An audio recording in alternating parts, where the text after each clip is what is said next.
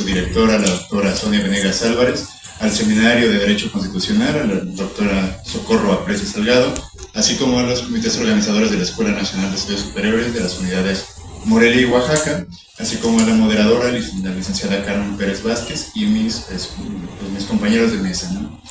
Mi ponencia se titula Modelos regulatorios de autogobierno indígena, más allá del convenio 169 de la OIT.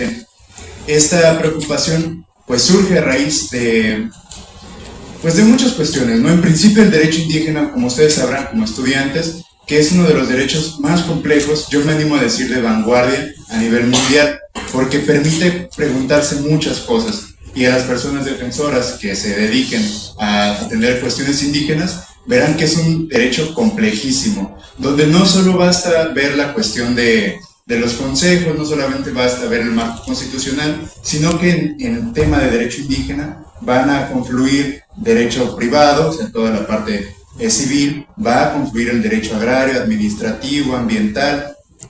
Ahora sí que un verdadero abogado mexicano con compromiso social de una universidad pública para entrar a los temas actuales nacionales de interés social, sí o sí se va a meter en un tema muy complejo si estudia el derecho indígena, ¿no? Ahora, a propósito pues de esto, nos encontramos con una complejidad. El marco sobre el cual se instituye la cuestión de lo indígena, por lo menos en derecho indígena, suele estudiarse a partir del convenio 169 de la OIT. ¿Qué presupone este convenio 169 de la OIT? Dos cosas. En principio es muy general, evidentemente hay más cuestiones muy particulares, la consulta y la autodeterminación, ¿no? Que si uno le pregunta muy probablemente a alguien que tiene presente esta cuestión del convenio 169 de la OIT para aprobar proyectos, megaproyectos, o sea, un abogado corporativo, va a decir, ¿qué es lo más importante? La consulta, porque la consulta va a darle legitimidad suficiente para poner estos megaproyectos. Pero no, la consulta es solamente una garantía del derecho central. ¿Cuál es el derecho central del derecho indígena? La autodeterminación. Sobre esta autodeterminación es que el amparo que nos convoca a esta mesa, el amparo 344-2025, pues va sobre la posibilidad de que exista un autogobierno más allá de la cuestión formal electoral. Esa es la cuestión que pues, se busca en estas comunidades. No solamente me interesa elegir a mis comunidades, no solamente me interesa que tenga yo el reconocimiento como sujeto de derecho público, sino de poder hacerlo material, poder hacerlo ejecutable, vaya. En ese sentido, pues yo quiero traer a colación un caso, un derecho comparado, que es muy particular por muchos sentidos, a propósito del derecho indígena ruso. Cuando se habla de Rusia, rara vez se habla de la cuestión de similitudes muy profundas con nuestro país, que es, Rusia es una nación multinacional. No se reconoce, contexto histórico, desde el siglo XVI, Rusia no fue conquistada. Rusia no tiene una nación que viene de ultramar, no le impone a sus pueblos indígenas pues un modelo regulatorio desde arriba, sino que el proceso histórico de desarrollo de la Federación Rusa desde el Imperio zarista tiene una expansión de armonía con sus sistemas de comunidades indígenas. Esto así pues se ve en los datos. Rusia es uno de los países más multiétnicos del mundo, con 194 pueblos y grupos étnicos, con 300 lenguas y dialectos en todo el territorio ruso. Así como pues, algo que es muy característico es que a pesar de que existe pues, diferentes nacionalidades, diferentes grupos étnicos, todos sienten un grado de pertenencia con la nación, ¿no? La nación lo que constituye Rusia. Esto es algo que se mantiene constante, no solo les comento del Imperio zarista, pero también toda la Unión Soviética, y hoy los datos son muy interesantes. Hay una asimilación muy importante de la comunidad indígena rusa, que pues lo que ustedes verán seguramente en las películas, lo que domina en las pues, series o la manera en la que se representan los rusos, que es el eslavo, ¿no? El eslavo también se identifica a sí mismo como un grupo étnico. Esta es una cuestión que creo que a nosotros como mexicanos nos debe de importar en demasía. ¿Por qué? Porque nosotros seguimos teniendo el mito del mestizaje. Es un mito muy arraigado que tenemos durante todo el siglo XX con una construcción europea, a modelo occidental, de Estado-nación. Un Estado, una nación, todo lo que no se parezca a mi modelo estatal, lo que no se parezca a mi modelo nacional, lo echo para afuera, ¿no? En Rusia no pasa eso, en Rusia conviven todas estas, una asimilación histórica muy importante que ha permitido pues una legislación que reconozca este autogobierno pues de una manera muy importante. Cuando a la Unión Soviética se le plantea la posibilidad de ratificar el convenio 169 de la OIT, lo primero que hace es cuestionar la esencia del convenio 169 de la OIT y preguntarse si su marco legislativo, sus condiciones históricas, sus códigos, son suficientes para acoplarse a este convenio. A pesar de que lo reconoce y de que reconoce los derechos, Rusia hoy incluso no lo ha ratificado por dos cuestiones principales. La primera, por la terminología que utiliza, que no se acopla al sistema normativo ruso, y en segundo, por la manera federal en la cual regula los territorios, pero sobre todo la propiedad. Esto lo dejaré más adelante, pero bueno. Esta es una cuestión importante porque nos permite centrarnos en algo que creo que para el derecho indígena ruso y el derecho indígena en general nos debe importar, preguntarse qué es lo indígena, cómo el Estado se relaciona con lo indígena. Yo creo que esto es una cuestión central, creo que esto filosóficamente tiene mucha importancia, porque no solamente basta, seguramente sabrán, la autoadscripción, ¿no? Que es ahorita una cuestión que se está debatiendo. En Rusia se debatió hace 100 años, o sea, en Rusia tenemos 100 años de historia de que se ha debatido qué es lo indígena en una cuestión, en una nación donde mayoritariamente son indígenas. Esto es muy importante porque también nos permite a nosotros preguntarnos, ¿yo soy mestizo o también me puedo considerar como parte de un grupo indígena? Creo que esto es muy importante sin borrar las invisibilidades. Ahora, el modelo regulatorio ruso lo que hace es dar criterios de adscripción de protección reforzada a grupos minoritarios, pueblos minoritarios indígenas. Es la categoría que utiliza la legislación rusa. ¿Qué dice esta legislación? Que tienes que tener 3 criterios: el principio de la autoadscripción, pero también un criterio geográfico, es decir, de territorio. Vamos a hablar un poquito más de cómo se regula esta cuestión del territorio, cómo se piensa más allá de la mera parcela, que es otra visión dominante en el derecho indígena occidental, y pues en la cuestión económica, que es más o menos el punto que quisiera recalcar, con tal de hacer efectivo un autogobierno aquí en México, un autogobierno indígena en México. Hay muchísima legislación, o sea, de 1999 a 2001, la Federación Rusa produjo mucha legislación.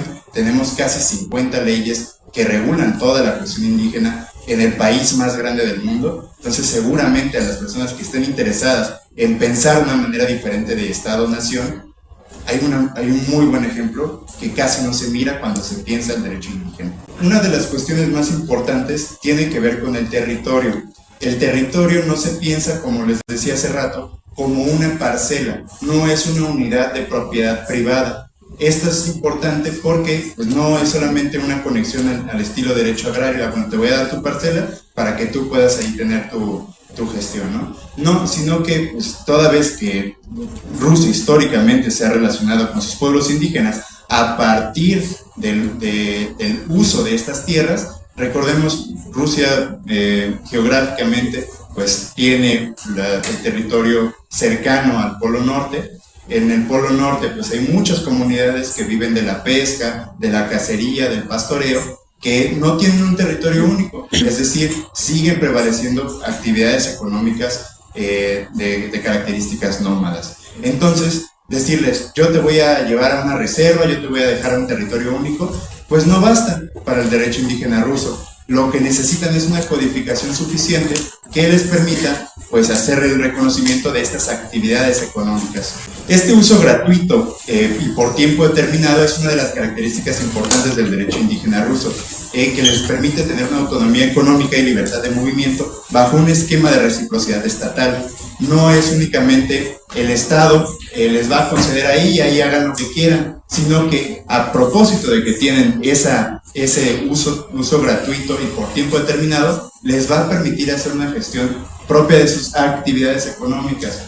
Esta centralidad en las actividades económicas es algo muy importante para el territorio ruso porque lo asocia como fuente y sustento de vida, un espacio donde no se puede pensar solamente, bueno, esta es mi delimitación territorial, este es mi espacio donde puedo ejercer alguna facultad ejecutiva, sino que se entiende el territorio como un espacio indisoluble de fuente de vida y sustento de las personas que se inscriben en esta categoría de lo indígena.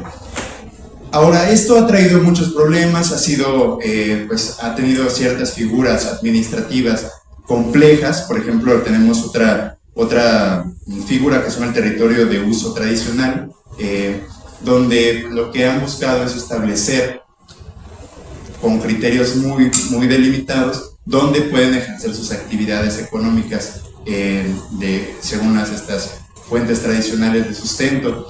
Ha sido un proceso largo desde que se estableció esta figura en la legislación rusa, en la legislación federal rusa. No se ha establecido ningún territorio de uso tradicional, y hoy, bueno, seguramente que a las personas que les interese la parte energética ambiental, Rusia enfrenta un problema muy similar con respecto a la posibilidad de desarrollo.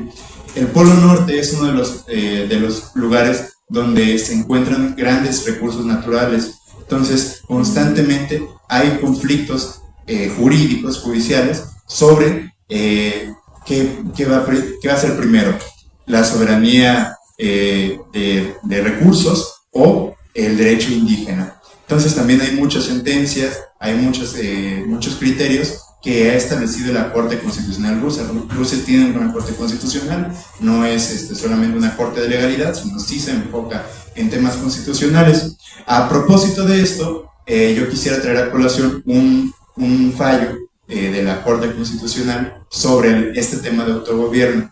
En 2019, una comunidad indígena rusa, un pueblo minoritario indígena, decidió delegar su capacidad de caza a varios miembros de la familia, de su familia indígena también, ¿no? Entonces, los tribunales locales lo que dijeron es: tú no tienes capacidad para delegar las facultades de caza, el derecho de caza, el derecho de regular tus propias formas económicas. La Corte Constitucional rusa se pronunció enfáticamente diciendo que no, esa decisión no es constitucional. ¿Por qué? Porque la capacidad de autodeterminarse económicamente siempre va a ser encima de la cuestión legal formal.